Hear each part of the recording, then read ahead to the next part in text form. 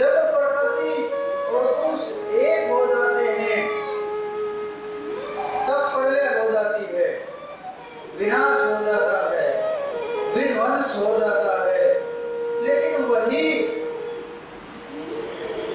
पुरुष और प्रकृति दो रूपों में विभक्त हो जाते हैं तो रचना और प्रेम दोनों की शुरुआत हो जाती है, दोनों का खेल शुरू हो जाता है। तो सब की सब गोपियां करके इकट्ठी हो गई मधुवन के अंदर, जहां जिसको वो परमात्मा नजर देता है हर जगह पर रास हो रहा है, सारी प्रकृति के अंदर रास हो रहा है, सब पेड़ पौधों के अंदर रास हो रहा है, सब पक्षियों के अंदर रास हो रहा है, सब बादल भाग रहे हैं, सूर्य चंद्रमा तक रास कर रहे हैं। लेकिन वो दृष्टि चाहिए तह तक जाने के लिए, रास देखने के लिए। रास बहुत ही ऊंची स्थिति का शब्द है, बहुत ऊंची स्थिति का। रास का आप समझो, रास का अर्थ रस और रस का अर्थ आनंद और आनंद का अर्थ वो परम चेतना और उसकी प्राप्ति।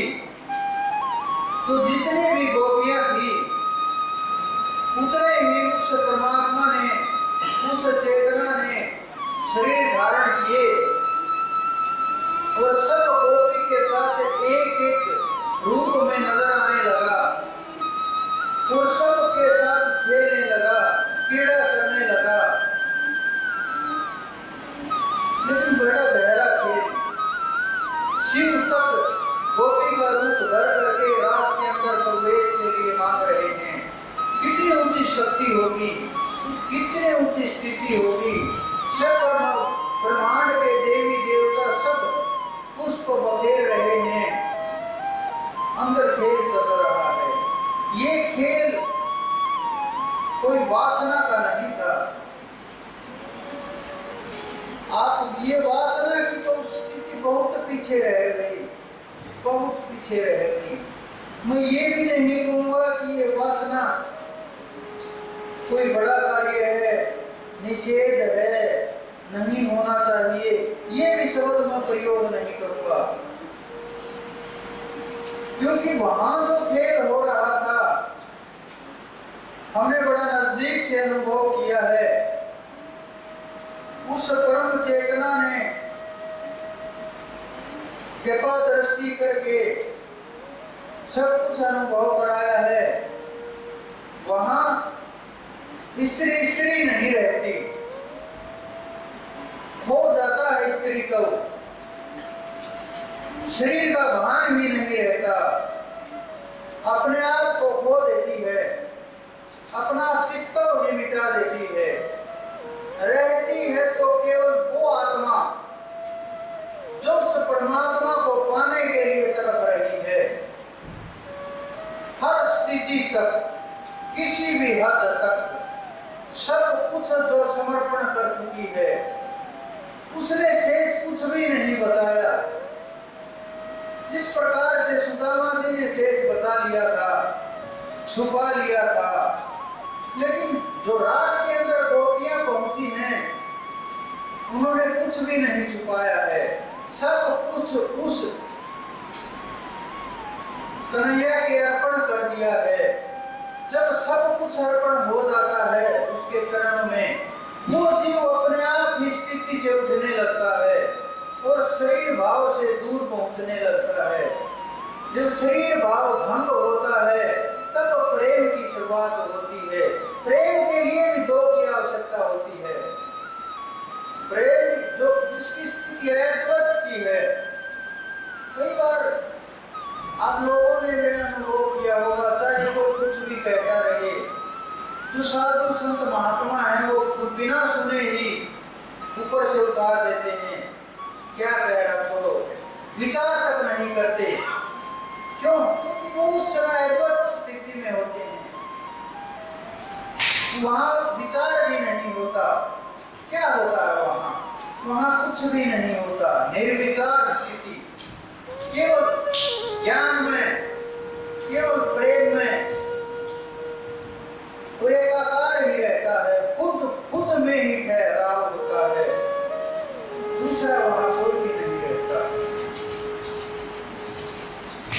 जो नृत्य की स्थिति है, रास की स्थिति है, ये बहुत गहरी। जब शब्द नहीं था, जब भाषा नहीं थी, जब भाषा से परे था ये जीव, कोई भी भाषा नहीं थी, उस समय भी नृत्य था, इशारे किए जाते थे, लोग इशारा कर करके समझाते थे, कोशिश करते थे,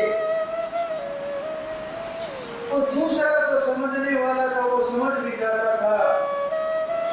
बड़ी नजदीक की भाषा है, इसे गेस्चर की भाषा भी बोलते हैं।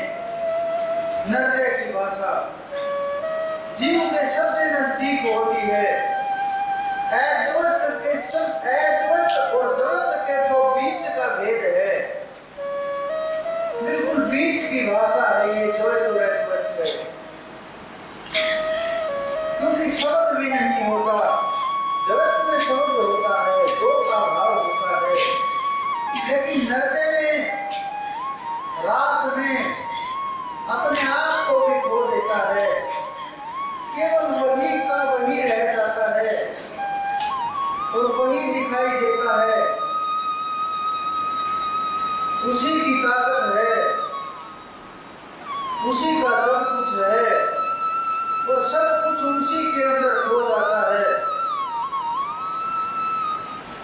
और वही कर देता है। उसके बिना कोई कुछ नहीं कर सकता। छोड़ दो,